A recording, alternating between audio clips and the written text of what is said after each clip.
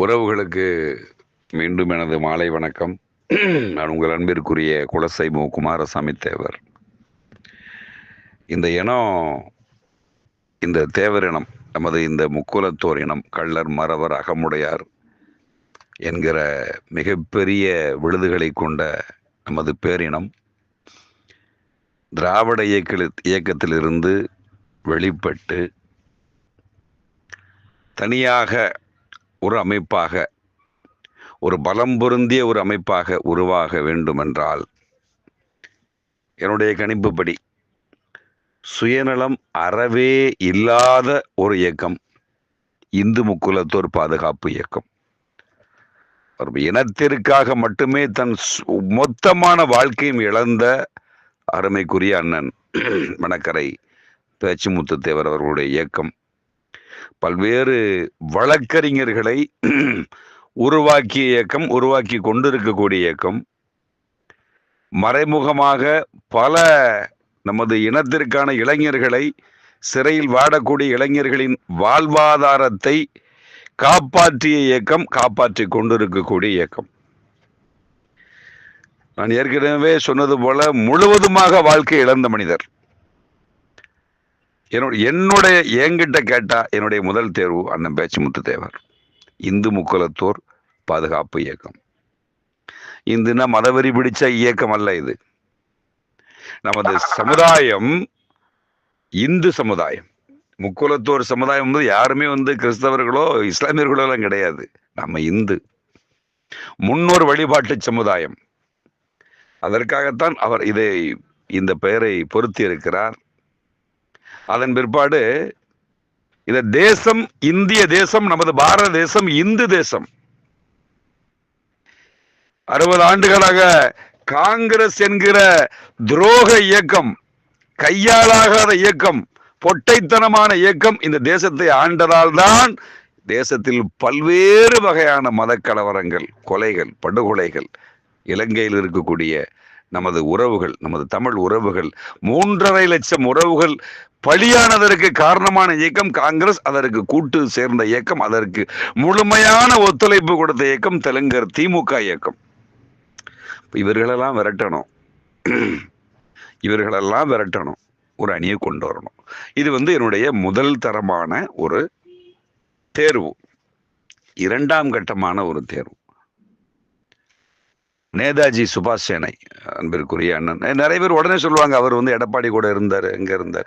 அவரை தான் நல்ல விஷயத்துக்கு வரவிட மாட்டேங்கிறீங்களா, அவரை தான் எடுத்து விடுறீங்களா நிறைய பேர். அவரு பணத்தை வாங்கிட்டாரு, போலீஸுக்கு அவர் இன்ஃபார்மரா இருக்கையா. அவரு அட்வொகேட், ஹைகோர்ட் அட்வொகேட்டு, மதுரை உயர் நீதிமன்ற வழக்கறிஞர், டாக்டர் பட்டம் பெற்றவர். அவர் எதுக்கு இன்ஃபார்மரா இருக்கணும்? அவர் சாதாரணமான ஒரு வழக்கை சமாளிச்சுட்டு போயிருந்தா கூட, ஏதோ இனம் நம்முடைய இனம் இல்லாம வேற எந்த ஒரு வழக்கை பார்த்துட்டு அவர் போயிருந்தா கூட ஒரு நாளைக்கு 5000 ரூபாய் குறைஞ்சபட்சம் அவர் வருமானம் பார்க்கலாம். 1.5 லட்சம் ரூபா, 2 லட்சம் ரூபா அவர் வருமானம் பார்க்கலாம். பெரிய வழக்கா இருந்தா மாதத்துக்கு 5 லட்சம் கூட பார்க்கலாம். நம்ம இனத்தையே அவர் தொட வேண்டாம். போயிருக்கலாமா? ஏன் அங்க சீரழியணும்? சொந்த பைசா போட்டுட்டு, காருக்கு எரிபொருளை போட்டு தமிழ்நாடு முழுக்க ஏன் சுத்தி வரணும்? அவரும் எத்தனையோ இளைஞர்களை காப்பாற்றியவர், இன்னும் காப்பாற்றி கொண்டிருக்கிறார், வழக்குகளுக்கு பணம் வாங்காமல். 2வது. 3வது, நான் முந்தைய பதிவுக்கு நான் மாலை நேர பதிவில் சொன்னது போல, பசும்பொன் பாசறை இரத்த தான கழகம் மதுரை, அண்ணன் வில்லாபுரம் கண்ணன் அவர்கள் உருவாக்கியது. அந்த இயக்கத்திலிருந்து, அந்த இயக்கம் சார்ந்த யாராவது 2-3 தலைவர்களை நாம் தேர்ந்தெடுக்கலாம். முதல் ஐயா நவமணி ஐயா, முன்னோடி ஃபார்வர்டு பிளாக் தலைவர், தேவர் பேரவை முன்னோடி மூத்த நிர்வாகி, தேவர் திருமகனார் அவர்களோடு பயணித்த ஒரு மிகப்பெரிய முதுபெரும் தலைவர் ஐயா நவமணி ஐயா அவர்கள். இன்றைய பொழுது புதுடெல்லி முதற்கொண்டு, சென்னை முதற்கொண்டு அரசு சம்பந்தப்பட்ட, தேவர் சம்பந்தப்பட்ட நிகழ்ச்சிகளிலே கலந்து கொண்டு உரையாற்றி வரக்கூடிய, இன்று வரை இளைஞர் போல் சுற்றி திரிந்திருக்கக்கூடிய தலைவர் ஐயா நவமணி ஐயா அவர்கள். இவரை போன்ற தலைவர்கள் எல்லாம் நாம் சேர்த்து, இன்னும் எல்லா இயக்கமும் மோசமான இயக்கம்னு சொல்ல வரல.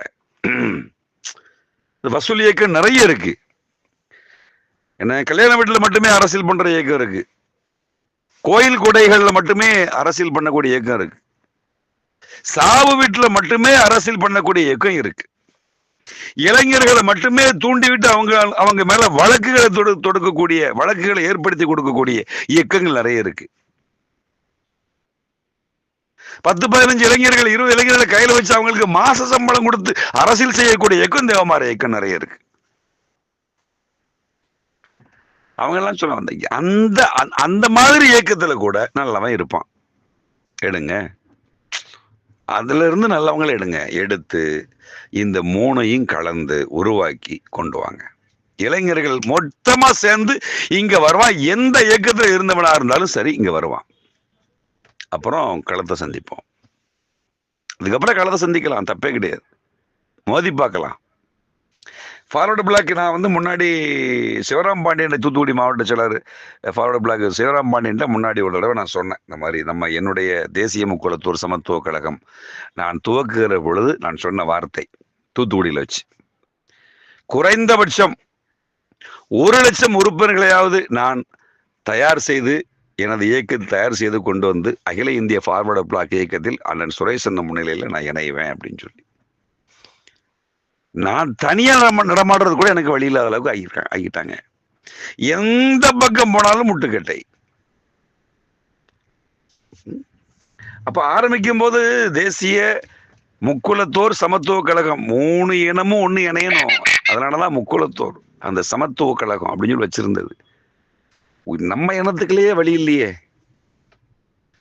பெருசு யாரோ அண்ணன் கருணாநிதி அண்ணன் சொல்லி அண்ணன் ஒருத்தர் பேசியிருந்தாரு, இல்ல மன்னிக்கணும், வேற இன்னொரு தம்பி பேசியிருந்தாப்புல, சரியா பேரு புரியல, ஏதோ ஒரு பேர்ல பேசியிருந்தாப்புல.